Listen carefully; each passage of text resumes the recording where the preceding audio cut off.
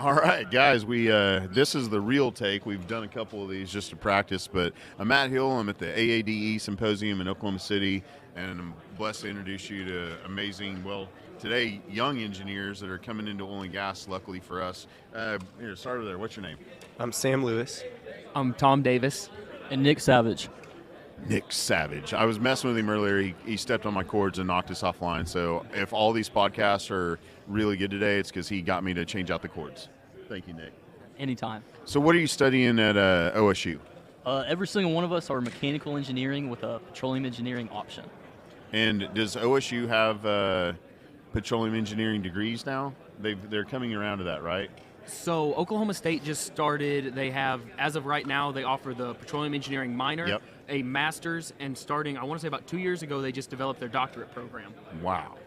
And That's an impressive leaps and bounds pro oil and gas approach. Definitely, especially in Oklahoma, it's such a big industry. They knew where they needed to be putting their money and where they were getting their funding. So where'd you grow up, Sam? So I'm from North Texas, Gainesville, Texas area. Is any of your family in oil and gas? My dad is, actually. So that was kind of your starting So interest? I grew up around it, Yeah. and that kind of sparked my interest. Good. And what about you? So I'm from close to Gainesville. I'm from Munster, Texas, and I'm fourth generation in the oil and gas industry. You could so tell. it's been You're been around ready. me my whole life. So it's second nature at this point. Yeah, everybody here, you probably already knew twice as much as them anyway. No, not even close. And what about you? I grew up in Pocasset, Oklahoma, which is Pocasset. just north of Chickasha. So People. I grew up around the oil field, and I was always interested. So when I decided to go to Oklahoma State, petroleum was for me. I love it. And now, all the speakers up here today, did they grab your interest? Did they give you a lot of stuff you hadn't heard before? Absolutely. For us, we try to bring in people that, we love it. As an industry, we want to hear about everybody's tribulations and trials and the way they overcame them. So these projects that they show at these symposiums and their studies in how to overcome these things, that's what we're about. What are you guys studying right now that you're really enjoying? What's your favorite thing you're learning about? I would say for me, I'm in fluid mechanics right now. And after doing an internship in the oil and gas industry, there's a lot of crossover there. Yeah. So I've seen the kind of industry applications of fluid mechanics. Now I'm getting to see the numbers and the calculations behind it and the differences. We're going to need a lot more fluid mechanics because you all know we're really, when we drill a well bore, we're getting maybe 8% returns on that reservoir, right? Right. Yes, sir. That's kind of the going number. So we've gone out and spent a lot of money and a lot of hard work. You guys have seen, you've all been, in oil and gas long enough now, just how much effort and money and time is put into a well bore. And we're still, with everything we do, only scratching the surface of what we could pull out of those. So what do you see? Do you guys talk about that in school, like some of the improvements we can make in the future? We're in our reservoir engineering class with a petroleum minor right now, and some of the topics we're covering are the secondary and tertiary recovery. So I think that's really interesting, and just the applications to some of these fields that haven't been used and how they can be improved upon. Maybe you guys can do enough rotations where someday you go out and grab all these, I guess big operators would call them underperforming in their portfolio. But, the future's really bright, I think, for your guys' generation, where you could go out and grab a bunch of wells and bring them, maybe from 3 barrels a day to 6, and double their returns just by the mechanical, ways to do that. What are you guys doing as far as internships? Do you have one yet? So actually, these guys are graduating this year. I'll have another summer before I graduate, so I'm doing another internship, returning to ConocoPhillips. I'll be in Midland, out in West Texas this summer. Great company, great place to be. I love Midland, Texas. So the energy there is incredible. I'm excited to experience it. It's fantastic. Every time I get down there, I get charged up with, because everybody down there is our family. Right. It's all like, hey, all in, let's all talk about oil and gas all the time and all be together. I'm great with that. What about you? Where have you interned at? So I interned for Williams in the midstream discipline, and I enjoyed it. The company was great, but my heart's definitely in upstream oil and gas. So this last summer, I did roustabout work for my dad with his company. And so currently I'm looking to find something in upstream oil and gas for this graduation coming up in May. Or you're going to own a roustabout company and be the best one of us. I might know a couple hookups on a winch truck. We might make something happen There before you it's go. all said and done. I mean, you take those guys down the Permian, and it's all hands on deck right now. You can't find enough. Definitely. What about you? Where have you interned? This past summer, I was with Continental Resources and their OKC savage. office. You're doing well.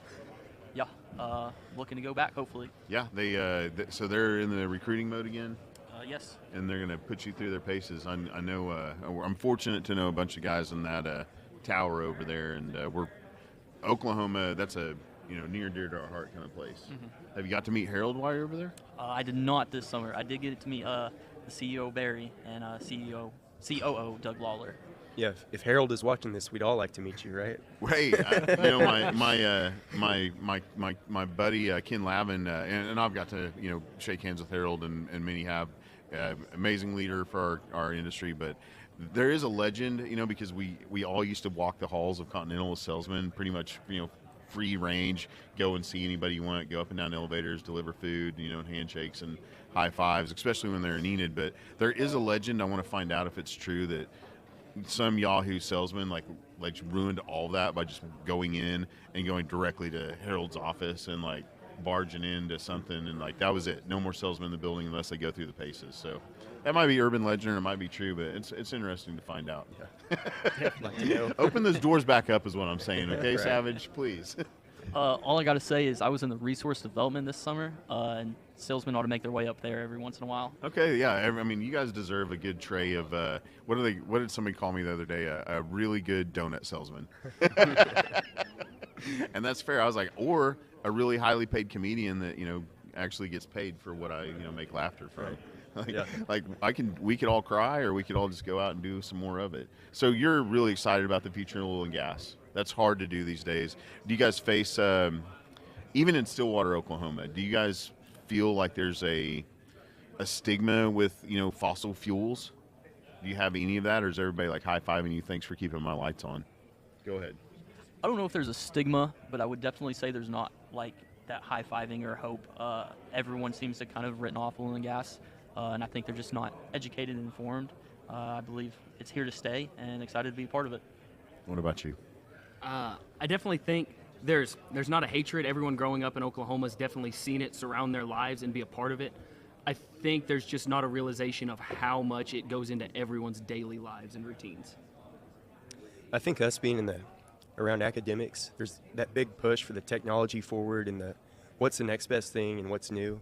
And it's good to also embrace what's got us to this point and what's still fueling us right now. And will continue for a long, long time. Right. Were you impressed? We had DRW, friend of mine, Dave Ramswood, on today. Had you seen or met him before? I didn't know who he was, but I was very impressed by what he had to say. Yeah, I'd say you guys will start following him now on his Substack and on all of his platforms. He's doing Energy Strong there as a podcast now.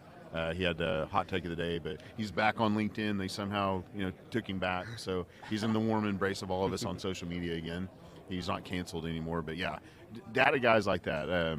Any other books we should read that aren't on our radar? No. How about you guys need? I'll tell you what. Alex Epstein, Fossil Future. It's a good one. Dave missed it. Mentioned it in there. So you guys are all part of AADE OSU. What do you guys got coming up? How can I help you? What can I plug? So as far as our AADE goes, we have our golf tournament coming up this next Monday, September 19th. Yes. It's the day before the career fair, so if you want to get a jump on other employers to get the best engineers possible that are truly interested in the oil and gas industry, I highly recommend signing up a team. It's a great way for you to get networked with good, great, reliable engineers that aren't just button pushers that know something straight out of a textbook. We can solve problems and get stuff done.